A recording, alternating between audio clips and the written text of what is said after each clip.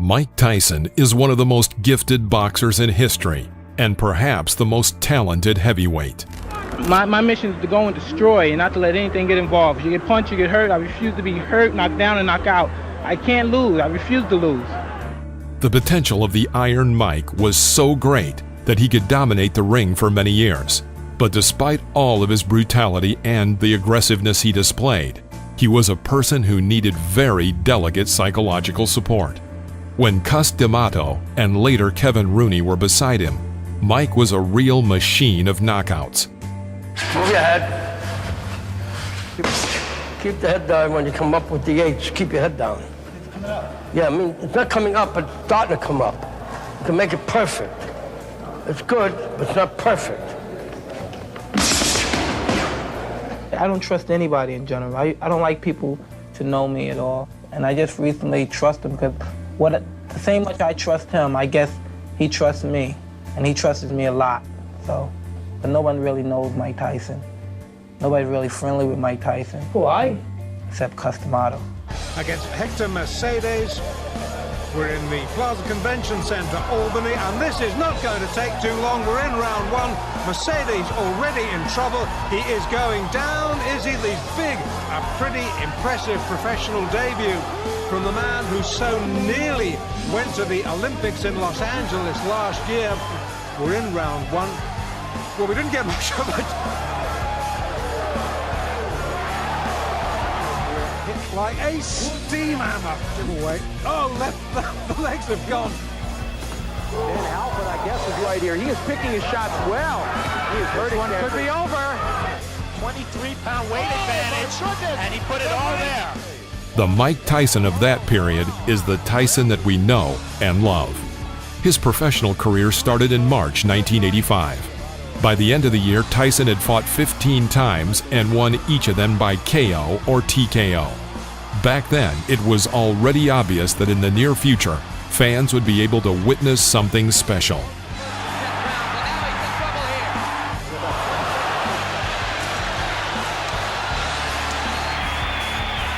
barrage of leather, and Hosea goes down. The referee. Sharp right uppercut to the body by Tyson. Again! A double uppercut, and Marvis is hurt.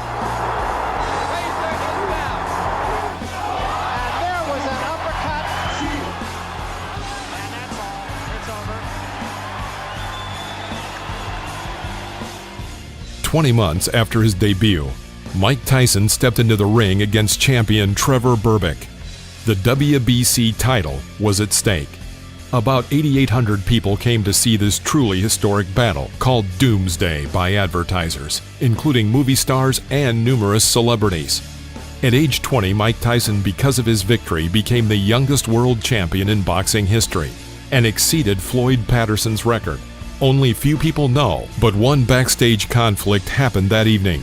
The famous Berbick coach, Angelo Dundee, knowing that Tyson would come out in his traditional black shorts, brought Berbick to the ring in black shorts.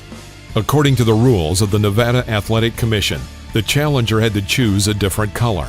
But this psychological attack was useless. Tyson's team paid a fine of $5,000 and Mike came out in his traditional shorts. He's showing a little false bravado here. Tyson clips him with the left hand. Look at this combination. Tyson defeated him in 2 rounds and became the world champion. It was not a fight. It was an extermination. And 5 and 6 and 7. He knows he can hurt him anytime. Left catches him with the right left. This fight once again confirmed the incredible strength of Tyson. 3 times the champion fell to the floor after only 1 hit.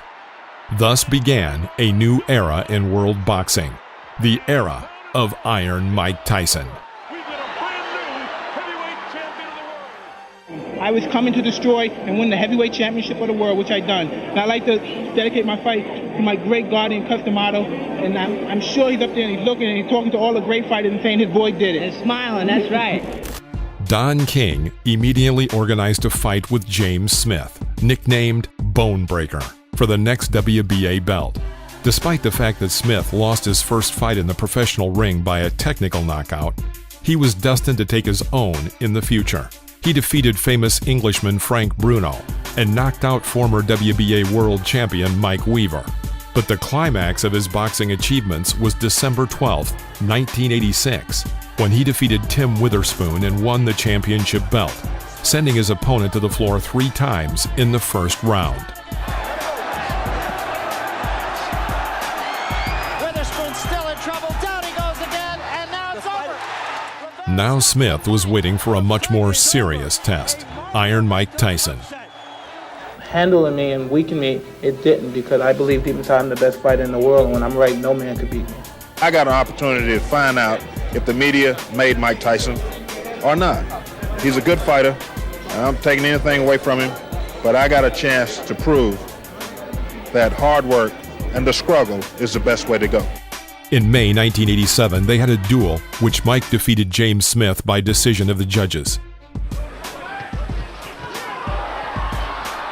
Tyson unloading on.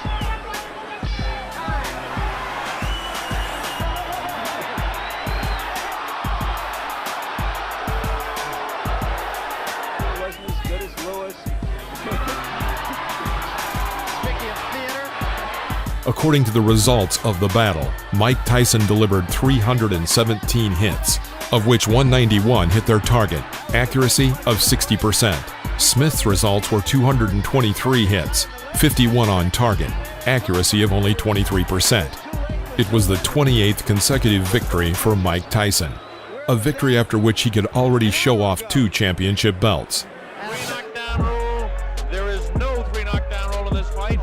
Don't throw any punches during the break. Is that understood? Seconds come out fighting. Nail with the right hand.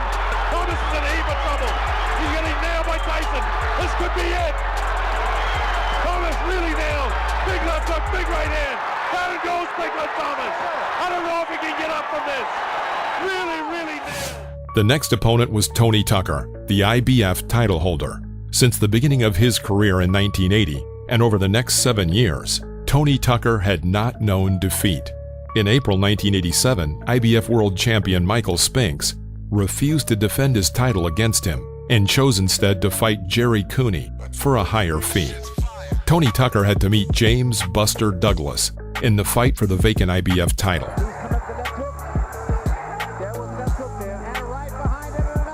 And after 64 days, he was obliged to enter the ring against Mike Tyson in the final part of the tournament for the title of Absolute World Champion.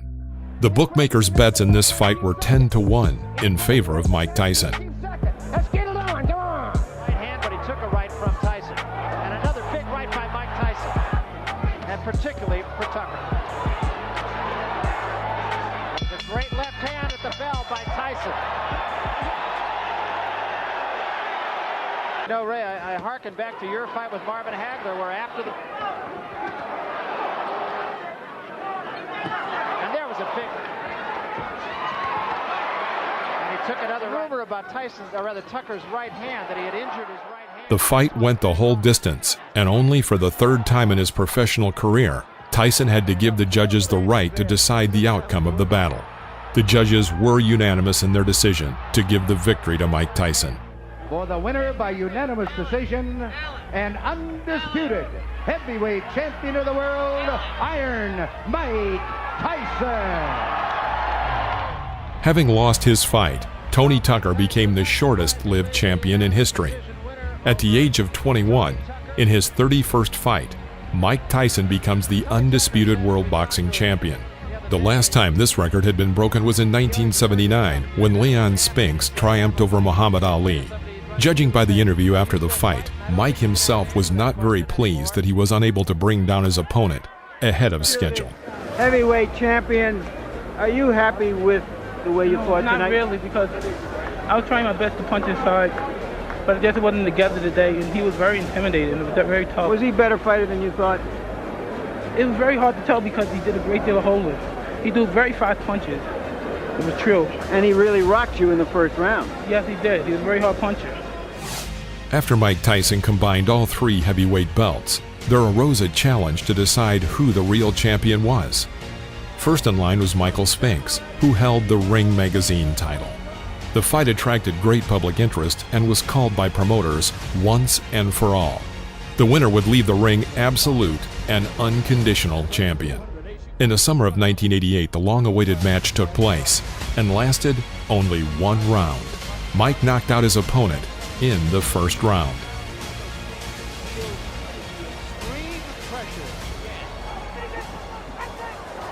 Tyson not afraid, as we expected, and Spinks ready to mix it up with him. Tyson along the ropes doing damage. Spinks has to keep moving because every shot Uppercut landed in. put him to the canvas. And that is the first time Michael Spinks has ever been down in a professional fight. And he's down again and in serious trouble. After this devastating defeat, Michael Spinks hung up the gloves and never entered the ring again. For this fight, Mike Tyson received the enormous sum, for those times, of $22 million. At that time, it was the biggest fee in boxing history, and Mike was not even 22 years old. The battle took place 3 days before his birthday. According to the general opinion of boxing analysts, the fight with Spinks became the crown jewel of Mike Tyson's career. This wasn't just a fight, this was a total demolition. That evening showed that he could stand up to any legendary champion.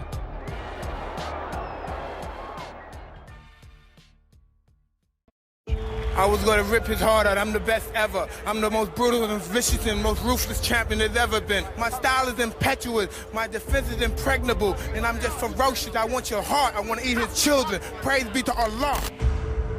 Tyson has a very special place in the history of boxing. He was a champion for 3 years and 3 months, but during that short period he caught the attention of fans and the general public, even those who weren't interested in boxing at all. Why? Because people love knockouts, and Tyson had plenty of them in his professional record. But Tyson also had something bigger. Everyone was talking about Tyson's aura. It was really something powerful, frightening, but at the same time surprisingly attractive. People liked to observe these expressions of his aggression. Mike was an inexhaustible source of this pure and natural aggression, and the most amazing thing was that no one was disappointed if the battle ended quickly. Another important fact is that Iron Mike is the last super heavyweight in history who headlined the pound-for-pound ranking, and we, devoted fans, would like to remember him as the man which he was back then. Of course, in the 90s he got a few memorable victories and was always in the top 10 best athletes in his weight class, but that still wasn't the Mike we used to know. Iron Mike, in his best shape, was not just in the top 10 best athletes, he was the top of the list. He was the king of his league, and everyone who came into his territory was scared to look him straight into the eye. We remember Mike as a tough, fearsome, and extremely fast super heavyweight. He gave us one of the most prominent epochs in boxing, and we say, thanks Mike, that was unforgettable. All during my training, I've been afraid of this man. I thought this man might be capable of beating me. I've dreamed of him beating me, but I always stayed afraid of him. But the closer I get to the ring, I'm more confident. Once I'm in the ring, I'm a god. No one could beat me.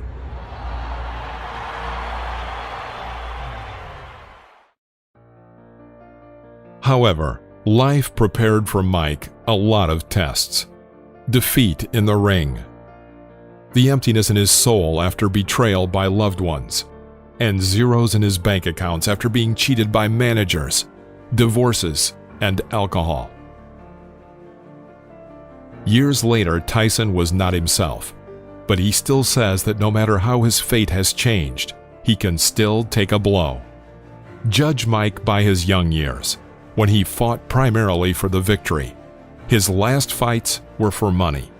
He just had to go into the ring, but the fire was no longer in his eyes. He did not fight for victory. He's worked up a full sweat. I want to tell you, the electricity in this crowd is awesome. I haven't felt like this since it was about 4 o'clock in the morning one morning. We're in a place called Kinshasa, Zaire, when Muhammad Ali came in against George Foreman for the heavyweight championship of the world.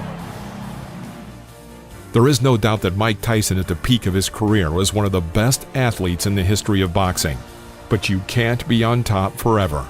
Even legends do not linger in the ring forever. Their days are also numbered.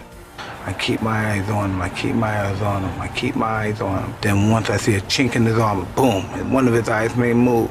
During the fight, I'm supremely confident. I'm moving my head, he's throwing punches. I'm making him miss and I'm countering. I'm hitting him to the body, I'm punching him real hard. And I'm punching, when I'm punching him, I know he's not able to take my punches. 1, 2, 3 punches, I'm throwing him punches and bunches. He goes down, he's out. I'm victorious.